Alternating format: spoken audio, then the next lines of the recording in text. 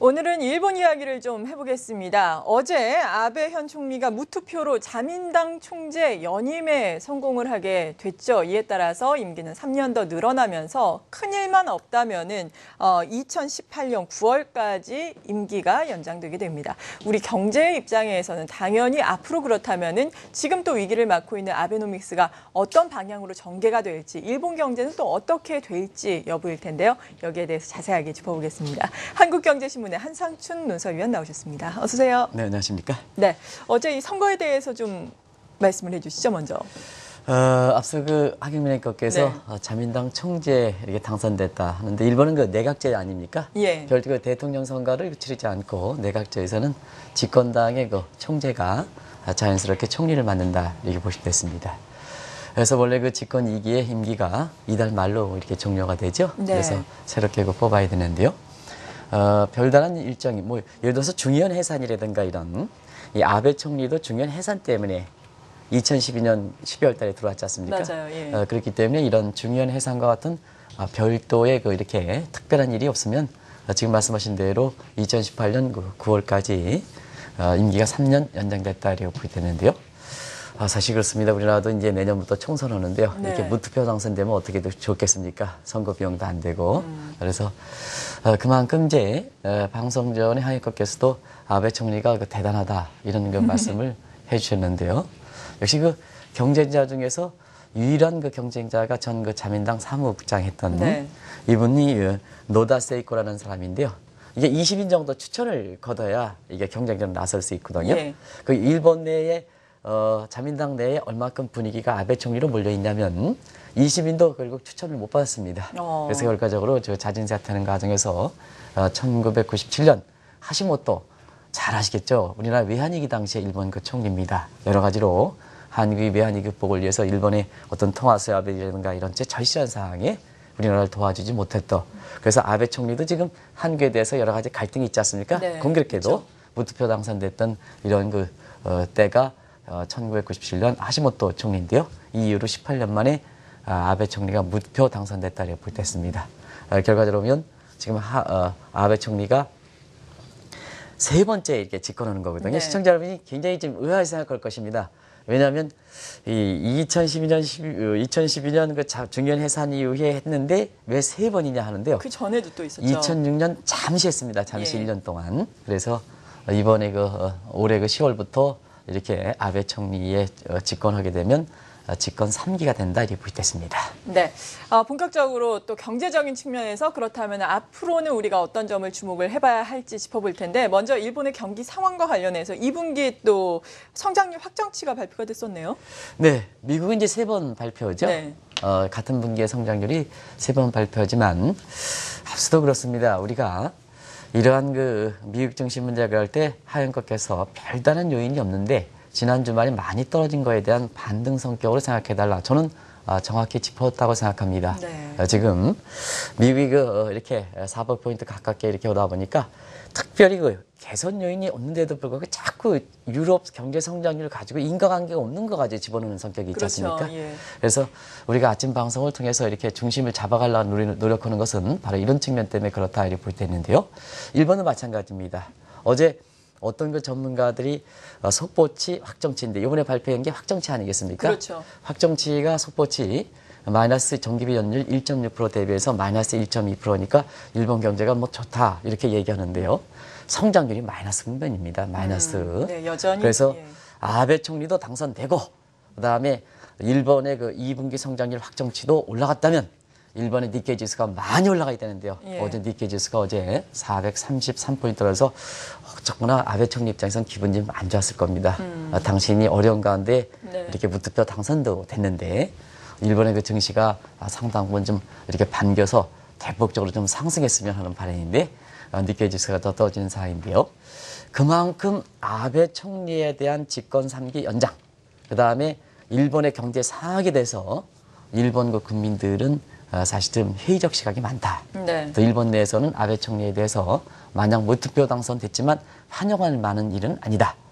일본의 국민들이 경제 상황이 그만큼 체감적으로 썩 좋지 않기 때문에 사실 어제 일본의 2분기 확정치에서 나온 거 마찬가지로 마이너스 1.2% 전기 배원율 떨어진다는 것은 일본에 못 사는 사람들 입장에서는 더 어렵다는 얘기거든요. 네. 그래서 일본 니케이 지수가 어제 무투표 당선돼도 불구하고 400포인트 이상 넘게 떨어진 배경이다 이렇게 보겠습니다. 네, 그렇다면은 아베 총리가 앞으로 또 어떻게 경제 정책을 이끌어 나갈지가 관건인데 그동안 강력하게 추진해왔던 아베노믹스 같은 경우에는 아직까지는 목표를 이루지 못했잖아요. 더욱더 그렇습니다. 강력한 드라이브를 걸을지 성공이 가능할지 궁금한데요. 네, 항상 시청자분께서는 이 한국경제TV에 이렇게 매일 아침에 그 자막을 잘 보시기 바랍니다. 가장 핵심적인 내용들이 많이 그 자막에 실리고 있는데요. 오늘 그 국제면에 잠시 나오겠습니다는 아베 총리가 역시 일본의 그 아베노미스가 아직 성공을 거두지 못함에 따라서 네. 또 경제 성장이 떨어지고 일본 국민들의 어떤 지지도가 떨어짐에 따라서 경제 측면에서는 아베 총리가 그 아베노믹스에 대해서 강력한 추진 의지, 성공 의지를 어제 재천명했습니다. 그래서 이런 표현이 지금 자방에 아마 한국경제TV 자막에 조금 이따 나갈 겁니다. 아베노믹스 이제 아베 총리가 절반밖에 지나지 않았다 하는 이 입장에서 네. 향후에 일본 경제를 위해서 아베노믹스를 계속해서 추진할 거리 이렇게 보이는데요. 사실 그렇습니다. 질문 3번의 내용이 되겠습니다. 예. 질문 2번, 요건 아까 좀 말씀드린 거고 질문 3번 자막을 좀 주시기 바랍니다. 그래서 결과적으로 보면 지금 일본의 그 아베 노미스가 이렇게 계속해서 천명을 했지만 과연 그럴까, 이게 성공할 수 있을까 하는 측면에서 보면 결국 효과가 나야 되는데요. 아시겠으면은 지금 소위 경제학에서 그 엔저가 되면 무역수지 개선 효과의 그 제이커브 효과라고 있습니다. 네. 시간이 가면은 초기기 단계에서는 무역수지가 엔저를 추진해도 무역수지 적자가 확대되다가 시간이 지나면 사실상 무역수지 개선돼서 지금 일본의 제이코브 협약 때문에 일본의 무역수지가 개선되고 있긴 하지만 네. 당초에 기대했던 또 지금까지 엔저가 76엔대에서 110엔대로 한 40% 정도 엔저를 추진하는 그 엔저의 폭으로 볼 때는 네. 상당히 효과가 미약하다 이렇게 보이겠습니다. 아무래도 이 배경은 일본의 그 수출입 구조 때문에 그런 것이 아닌가 생각합니다. 일본의 수출입 구조는 환율의 경쟁력에 민감한 수출입 구조가 아니지 않습니까? 예를 들어서 우리가 이제 경제학 책에서 엔저 효과가 나타나려면 이게 수출입의 상품 구조가 환율 의존 가격 탄력성에 상당히 민감해야 된다. 소위 수출 수요의 가격 탄력성과 수입 수요의 가격 탄력성이 합쳐서 1보다 큰, 소위 경제학을 배우신 분은 마샬 러너 컨디션이라 이런 표현을 쓰는데요. 이 마샬 러너 컨디션을 조건을 이게 충족해야 사실상 일본의 엔저에 따라서 무역 수지가 대폭적으로 개선되고 무역 수지가 대폭적으로 개선되면 외수 기여도가 높으면서 내수가 부진한 상태를 커버하면서 일본 경제가 회복 침체 국면에서 벗어날 수가 있는 거거든요. 네. 그런 측면에서 보면 일본의 그 수출 상품이 아무리 잃어버린 20년 과정에서 우리 입장에서 그렇게 일본을 무시한다 하더라도 역시 품질과 기술과 디자인만은 사실 좋은 상품들이거든요.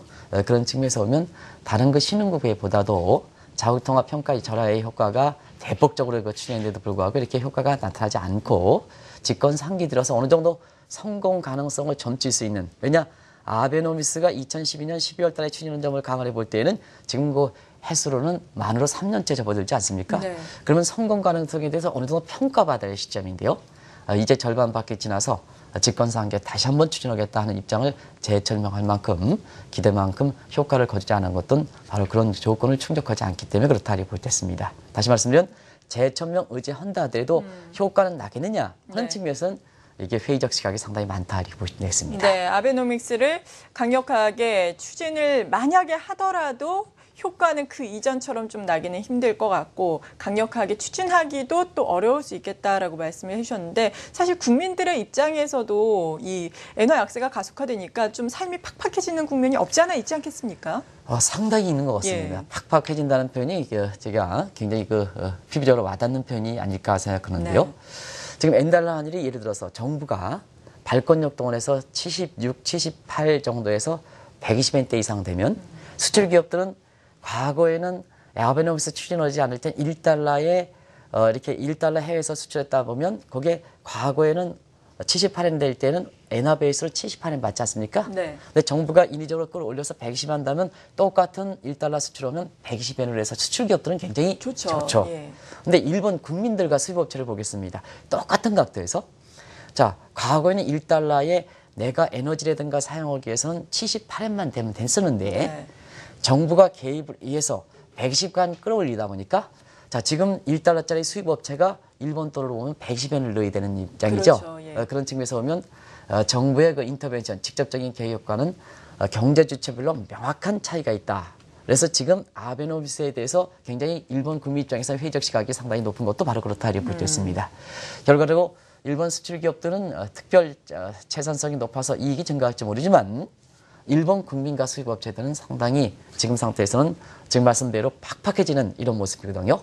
그럼에 따라서 어제 무투표 당선됐지만 아베 총리에 대해서 일본 국민이 냉랭하게 표시하고 또 일본의 그 아베노미스가 추가적으로 아베 총리가 재청명 의지에 대해서 굉장히 증권시장에서는 굉장히 회의적 시가하면서 니케이 지수가 400포인트 이상 떨어지는 데에는 바로 그런적인 수출입별로 명암이 시간이 가면 갈수록 더 극명해져나다 보니까 네. 사실상 이러한 그 인위적인 발권력 동원하는 것은 누가 희생을 바탕으로 해야 되는데요. 그렇죠. 이제는 누가 희생을 짓지 않는다는 의미입니다. 당신 말 믿고 3년 동안 지켜왔는데 내 삶은 팍팍해진 게 개선되지 않았다 하면 네. 당연히 일본처럼 이렇게 경제가 어려웠을 때 애국심이 발영한다 하더라도 국민 입장에서는 이반될 수밖에 없는 거거든요. 그런 것이 어제 사실상 그 재집권이 당선됐을 때 일본 국민들의 반응과 가장 민감하게 반응은 증시 반응이 아닌가 이렇게 보고 있습니다. 네, 대내적인 상황도 지금 엔화 약세를 강력하게 추진할 수 있는 상황은 말씀하신 것처럼 아닌 거고 대외적으로 그러니까 국제적으로 보더라도 요즘에 아베 총리의 어떻게 보면 입지가 계속해서 좁아지고 있는 가운데 여러 가지 경제 상황을 보더라도 엔화를 또 강력하게 약세로 끌고 갈 수는 좀 어려운 상황이잖아요, 국제적으로도. 예, 주변 여건이 그렇죠. 예. 지금 이제 한국에서는 굉장히 좀 오늘 하얀코 얘기를 많이 합니다는 굉장히 부드럽게 얘기하시는 것 같아요. 예. 국제적으로 이렇게 녹록지 않은 표현이다. 저는 세게 좀 얘기하겠습니다. 국제적으로 3대 왕따가 있습니다. 지금 최고 통수권자 예. 중에서 지금 시청자 여러분 국제적으로 보면 환영받지 못하는 네. 3대 왕따 괜찮습니다. 뭐 우리나라 국민 입장에서 보면 뭐 아베 총리에 대해서 왕따라는 표현 모르겠습니다. 뭐 매스컴에서 그렇게 표현했기 때문에 저도 네네. 이렇게 하겠습니다. 상대 왕따가 지금 누군지 아십니까? 아베 혹시? 총리가 들어갈 것 같네요. 아베 총리가 들어가고 예. 그다음에 김정은 그리고 들어가겠네요. 푸틴 대통령이 들어갑니다. 네. 이렇게 해서 국제적으로 보면 국제 주요 활동을 하는 네. 국가입니다. 그래서 뭐 물론 IS라든가 뭔가 하는 이런 데에 있어서 이렇게 보면 제외하고 네. 세계적으로 이렇게 보면 3대 왕따가 아베 총리도 들어가서 아주 선진국 중에서는 이색적으로 들어가는 이런 상황인데요. 지금 경제 외적인 측면에서 뭐 왕따를 당한다, 고립 입지가 상당히 약해진다 하는 이런 건 잘 아실 거렇게 보이는데요. 경제적 측면에서는 그동안 그 아베 총리가 이렇게 아베노믹스를 추진할 때 엔저 부분에 서 미국이 용인했지 않습니까? 그렇죠. 용인한 결과가 예. 있었죠. 그렇지만은 지금 미국도 사실상 금리 인상을 앞두고 있기 때문에 엔저를 마냥 용인할 수밖에는 없는 상황이거든요. 그래서 미국의 태도가 과거보다는 아베노믹스 출범 초기력이다 보면 상당히 입장이 다르다 하는 걸 말씀드리고 네. 두 번째는 인접 국가들이 지금 노골적인 불만을 표시하고 있죠. 예를 들어서 한국도 그렇고 이제 한국도 해외 투자 활성화를 통해서 6월부터 완전히 정책이 바뀌고 있죠. 그다음 중국도 이제 더 이상 엔저 문제에 대해서 묵과할 수 없다 이런 측면에서 네. 위안화 그 평가 절상 부분에 대해서 세 차례 걸쳐서 위안화 평가 절하다고 되다 보니까 한국도 원화 약세, 중국도 위안화 약세 하다 보니까 일본이 그 아베 총리가 집권 3기를 맞아서 지금 추가적으로 엔저를 도모할 때는 결국은 인접 국가 간의 글로벌 환율 전쟁이 굉장히 불붙을 가능성이 높다는 얘기입니다. 그래서 이런 점을 우려해서 한국경제TV 컨퍼런스에서 두 차례 걸쳐서 오셨던 하마드 고이치 이분은 누구냐면 미예대 명예 교수이긴 하지만 아베노믹스의 실질적으로 설계자다. 또 아베 총리의 경제적인 개인 교수다 이렇게 보시면 됐습니다. 이분도 일본의 그 엔달러 환율이 아베노믹스를 추진해도 120엔 이상 수준은 바람직스럽지 않다는 입장을 한국경제TV 국제금리 컨퍼런스에서 얘기를 했던 상황이거든요. 이런 것이 120엔 넘어가면 일본 입장에서 바람직스럽지 않고 네. 일본 국민들의 아주 불만이 많다든가 그리고 일본 밖에적인 측면에서도 미국이라든가 한국이라든가 그다음에 중국의 어떤 글로벌 환율 전쟁을 불러일으키는 차원에서 바람직스럽지 않기 때문에 의지는 표명하지만 과연 이것이 추진할 수 있겠느냐 하는 측면에서 퀘스천 마크를 그리고 있다 이렇게 볼 수 있습니다. 네, 또 일각에서는 이 아베노믹스를 강력하게 더 추진하기보다는 엔고의 저주를 좀 풀어야 하지 않냐 이런 이야기가 나오고 있는 걸로 알고 있는데 엔고의 저주는 지금 엔저가 나오고 있으니까 풀린 게 아닌가요? 어떻게 봐야 되는 건가요? 네, 엔고의 저주라는 얘기는 그 UC 버클리 베리 아이켄 그 그린이라는 교수라는 사람이 이제 주장했던 내용이거든요. 네. 여기서 이제 요 영어 표현이 좀 괜찮습니다. 어떤 건가요?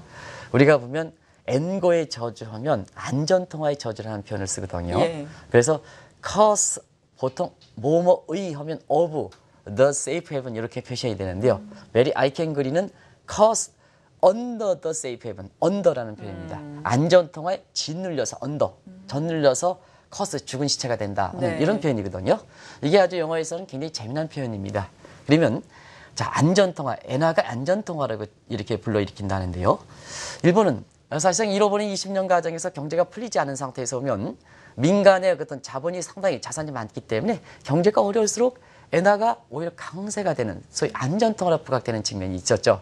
그러면 경제가 어려울 때는 자연스럽게 엔화가 약세가 돼서 수치 증대해서 경기가 세려서 경제가 풀려야 되겠습니다는 일본이 잃어버린 20년 정도 이렇게 겪은 데에는 바로 뭐냐 엔고의 저주 때문에 그렇거든요. 네. 자 경제가 안 좋으니까 오히려 엔화 약세가 되는 게 아니라 안전통화로 부각돼서 엔화가 강세가 되니까 결과적으로 보면 수출이 더 안 좋고 수출이 더 안 좋으니까 경제 성장을 더 떨어뜨리죠.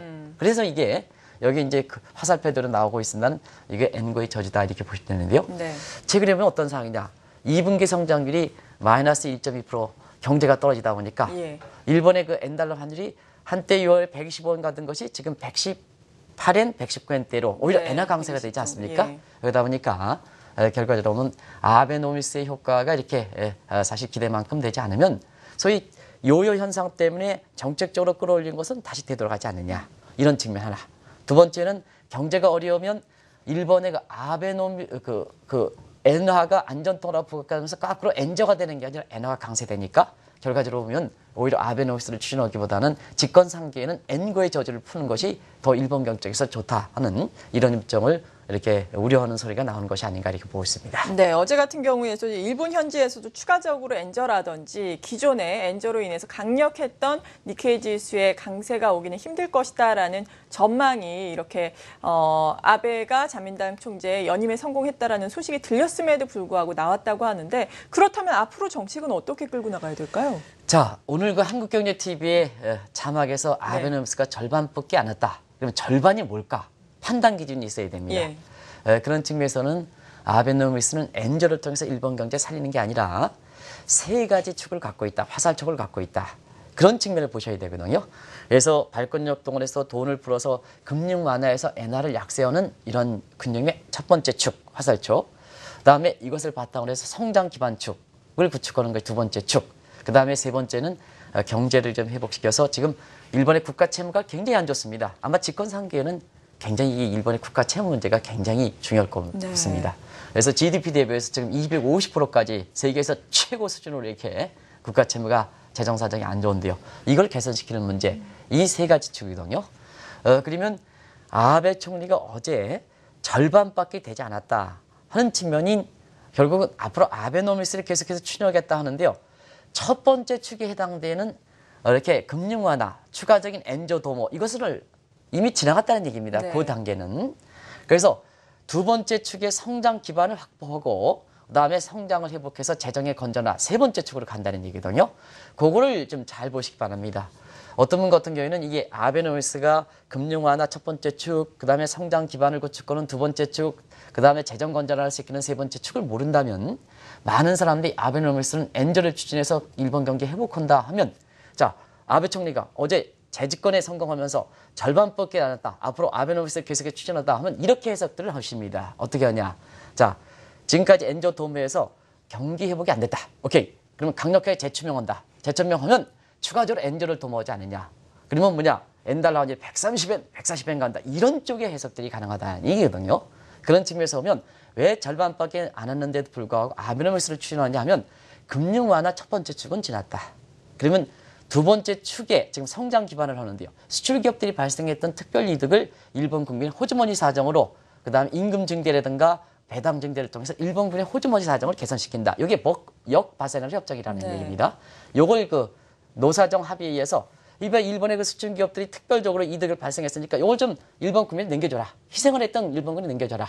그러면 일본 국민들을 쓴다. 일본 국민을 쓰면 경제가 살아난다. 재정 건전화 된다. 그래서 이런 세 가지 축에 지금 절반밖에 안 왔다. 이런 쪽으로 해석해야 된다는 걸 꼭 말씀드리고 싶습니다. 그래서 앞으로 일본의 그 아베노미스가 재천명한 것은 추가적으로 엔저를 도모하는 게 아니라 지금 상태에서는 일본의 노사정 협의를 통해서 두 번째 성장 기반을 구축하는 두 번째 단계, 세 번째 단계 더 주력하겠다 하는 입장으로 이렇게 하마다 고이치시가 한국경제TV 컨퍼런스에서 내용을 토대로 본다면 그런 쪽에 주력한다는 것을 꼭 말씀드리고 싶습니다. 네, 추가적인 엔저를 강력하게 추진하지는 못하더라도 그래도 아베노미스가 계속해서 이어진다는 점 어떻게 보면 우리 경제에 있어서는 부담이 될 수 있는 요인도 있을 수 있을 것 같은데요. 우리 측면에서는 앞으로 어떤 걸 생각을 해봐야 될까요? 네, 많은 그 대안이 있고 어제 좀 말씀드려서 좀 강하게 말씀드려서 시청자분이 뭐 속 시원하다게 하시는 분도 있고 예. 당신 그렇게 얘기하다가 끌려가는 게 아니냐 이렇게 우려하시는 분도 있는데요. 네. 사실 그게 소신이다 하는 것을 꼭 말씀드리고 싶습니다. 그래서 어제 대부분 다 말씀드렸기 때문에 제가 근데요. 오늘 환율만 얘기를 좀 하겠습니다. 네. 지금 사실 우리가 일전서부터 작년에 이제 우리가 원달러 환율 보면 작년에 이제 9월 초에 환율이 1,020원 붕괴됐을 때 대부분 다 950원 전망을 원화 강세를 전망했는데 그때 당시에 이 한국경제TV 통해서 1,100원 이상 끌어올릴 것 현 측면에서 말씀드렸던 내용이고요. 네. 올해 그 4월 달 들어서는 원달러 환율 부분에 있어서는 1,150원 이상 끌어올릴 것. 지금 1,200원대 갔죠? 그렇죠. 그래도 지금 상태에서는 지금 엔고 문제 이렇게 해서 일본이 엔고 저주에 걸려서 좀 엔달러 환율이 좀 엔화가 강세될 때 좀 최경환 부총리께서는 다소 좀 이렇게 힘들듯이더라도 또 이렇게 미국의 그 금리 안 쓰고 일부에서는 자본 이탈에 대한 부담 때문에 이렇게 원화 약세를 도모하면 될 것이냐 하는 측면에서는 저는 뭐 개인적으로 우리나라의 외환 보유고가 퍼스트 폴리시에 직접적으로 갖고 있는 이런 직접 외환 보유고라든가 통화 수업이라든가 추앙마이 이슈 투입이라든가 IMF의 골드 트랜지션이라든가 이런 간접적으로 갖고 있는 이런 세컨드 퍼시리티를 감안해 볼 때는 우리는 자본이 이탈된더라도 충분히 막을 수가 있습니다. 그러면 일부에서 우려하는 미국의 금리 인상에 따라서 자본 이탈에 대한 부담보다는 전적으로 최경환 부총리가 자본 이탈에 대한 부담이 적다 하는 것을 전적으로 동의하거든요. 네. 우리나라의 외환시장에 가장 오랫동안 종사하는 사람으로서 제가 말씀드립니다. 그런 상태에서는 일본이 지금 엔고 문제, 엔저 문제가 좀 주춤할 때 원달러 환율을 좀 충분히 끌어올려서 수출 기업들을 좀 이렇게 도와주고 또 한국은 뭐 그렇습니다. 내수 얘기하시는 분이 상당히 많은데요.